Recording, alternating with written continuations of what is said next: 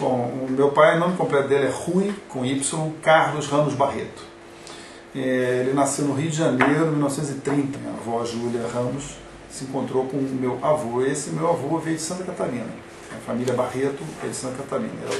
Dois filhos, um Hélio Saul Ramos Barreto, ele seguiu na carreira acadêmica. E o meu pai formou-se em Química Industrial em 52. A minha mãe é suíça, então é Colette Weingart, como é o sobrenome, Barreto.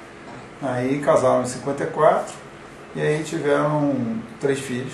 O mais velho se chama Robert, eu sou do meio, e a mais nova é a Aline. Meu pai começou a carreira dele estudando microbiologia, trabalhando com pesquisa em microbiologia. Depois ele começou a trabalhar num instituto que hoje não existe mais, mas que foi pioneiro em química de plantas no Brasil, chamado Instituto de Química Agrícola. Depois ele foi chamado por um dos professores da universidade para chefiar o departamento de bioquímica, Instituto de Tisiologia. Aí ele começou a ficar interessado em técnicas radiológicas que estavam começando a nascer, e um dos prédios, vamos dizer assim, das construções da casa, ele adaptou para fazer um laboratório particular. Descobriu que era a principal matéria-prima dos meios de cultura eram algas marinhas. Em 66 ele já tinha montado a primeira empresa dele, que se chamava Orma. Ela funcionou durante alguns anos, eu diria 10 anos. O Orma já veio daí. Que é um gel de Maria. O Orma já veio exatamente, é uma marca. A fábrica era Orma, a indústria de processamento de algas era Promarino, e o escritório de consultoria era Acessa, Assessoria, Pesquisa e Planejamento. Além disso,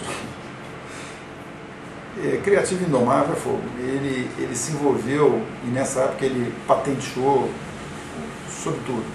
E ele desenvolveu nessas pesquisas de fundo de quintal novos processos para a fabricação de material de construção.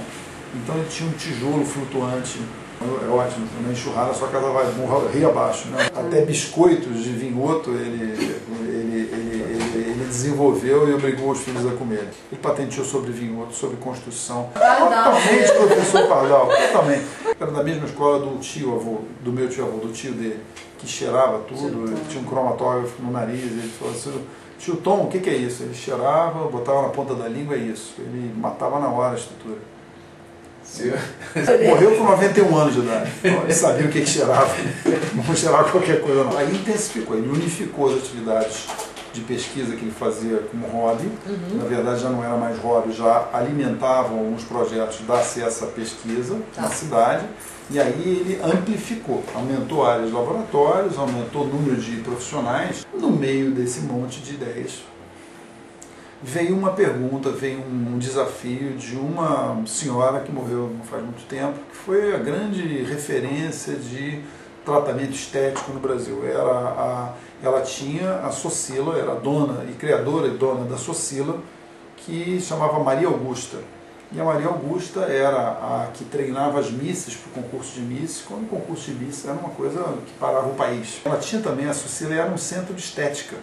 E ela fez uma famosa pergunta, se no Brasil não haveriam algas capazes de trazer um benefício. E meu pai se lembrou imediatamente que numa festa de final de ano ele, ao cumprimentar os funcionários, ele brincou com esse funcionário porque estava com as mãos macias. Ele falou assim: você não anda trabalhando direito, você está com a mão tão macia. E aí ele ligou as mãos macias do Manuel, as algas que o Manuel manipulava, e abriu o que se chamou então Acesso à Indústria. Aí sim, finalmente, toda essa história longa para ele colocou o pé na indústria cosmética. E aí começamos a apresentar trabalhos, a publicar. A gente achava que a gente precisava divulgar mais esses benefícios, mas a gente também começou a ficar curioso sobre por quê. Cientistas, de um modo geral, eles têm a mania de ficar fazendo perguntas. Ela começou então a participar do mundo da cosmética, se aproximou da ABC, da sociedade, vamos dizer, do mundo da pesquisa, do desenvolvimento em conhecimento em química cosmética. As algas eram um tema que a gente consolidou a reputação da empresa e da gente mesmo, porque era um tema que permitia muitas explorações, tanto do ponto de vista de novas aplicações, quanto do ponto de vista de mecanismo de medida. Uma das primeiras indústrias com que a gente interagiu, na verdade, foi a gente A Jafra tinha uma operação no Brasil, a geleia real da Jafra, e a geleia real tinha, na verdade, a parte de geleia era o armagel, era esse primeiro ingrediente. Depois da Jafra veio a Natura, quase ao mesmo tempo da Revlon. E muitas vezes o cliente percebia o benefício, a gente dialogava com o cliente e tentava mapear e entender qual era a mecânica. Isso sempre foi um trabalho muito feito em colaboração com as indústrias. Aí vieram frutas, vieram associações de algas com outras coisas, a gente estava interessado em vetorização, aí começou a pegar água de coco, começou a rever vários conceitos. E você não vai virar propaganda, mas a diferença é que o extrato ele é um produto cuja história acaba ali.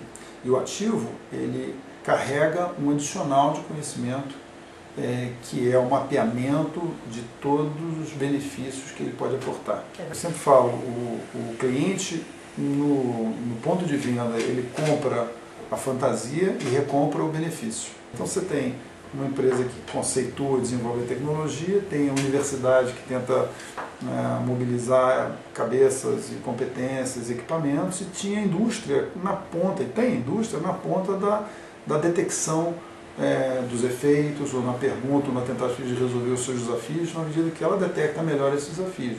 Ele era um líder nato, adorado pelos funcionários, isso é muito importante. Para mandar alguém embora, eu acho que hoje em dia as empresas elas estão tentando humanizar. Chegamos num ponto que tem toda a tecnologia, mas se volta à própria Natura, tem uma creche lá dentro, que é uma coisa que a gente teve na acesso, né, assim, intuitivamente. Tanto pela visão dele empreendedora, como ele era, e científica, e cientista, e acadêmico, procurando, mas humano. Entendeu? Então, assim, sou um depoimento de fã. Nora. Ele, como líder, tinha uma outra coisa muito interessante. E líder de uma empresa familiar, você tem um filho e um pai, é muito comum você ver esses conflitos de geração, o filho quer fazer, o pai não deixa, e essas coisas. Né? E, na verdade, ele tinha uma coisa muito aberta, muito generosa. Ele podia não ser o empresário daquela forma, né, modelo formal. Era um empreendedor, mas não era um empresário. Não era empresário, era um empreendedor. E ele é um cara interessantíssimo. Eu estava até falando com o Daniel, ele, de uma certa forma, é um cara moderno, da forma como ele atuava em relação à empresa, às pessoas, etc. Mas ele tinha uma outra característica, que ele era um super desenhista. Ele era um artista, né? Um artista. Meu pai era um artista. Fazia umas caricaturas, fazia uns esquemas. O primeiro negócio do Acesso eu pedi ao Daniel, ele não conseguiu encontrar. A primeira logo da Acesso foi ele que criou, e a gente tem a criação dela. Então, ele era assim, ele era um poeta. Ele estava apaixonado, ele via se apaixonando, né? Ele estava sempre apaixonado por alguma coisa, um projeto, alguém. Ele compunha. Isso foi um ensaio para um cartão de Natal. Agora tu vê o trânsito. Amigos, colaboradores. Pessoas que a gente conhece. Ele fez o quê? Para um cartão de Natal? Dá acesso desejando Feliz Natal. Olha só, aí começam a bobagem. Olha a bobagem. Abundante e desbundante. Olha o safado. É uma ilustração de um artigo sobre reprodução de linhagens. A gente tem que procurar. Ele não está aqui para se defender. Olha a cara do galo e da galinha, gente. Olha a cara, as expressões. Uma cena de elefante, o elefante erótico. E ele vinha todo serelepe para apresentar sua baboseira, a gente ficava morrendo de vergonha. Ele chegou a se registrar no sindicato dos compositores, sei lá. Quando ficava apaixonado, já sabia. Quando ele aparecia com uma música nova, eu falei, quem é a namorada agora? Mas ele passou um período com uma limitação de vista, com um problema grande, em que ele não conseguia ficar limitado, tanto na relação com as pessoas quanto leitura e tal. Assim, antes de morrer, já estava assim, meio afastado mesmo, já não viajava. Nunca fumado, mas nunca fumou. Isso aqui Se é tivesse gente fumado, no eu estava metrocórdio, vivo. estamos O no irmão gosto dele dessa fumou árvore aqui. 4 carteiras por dia durante 30 anos.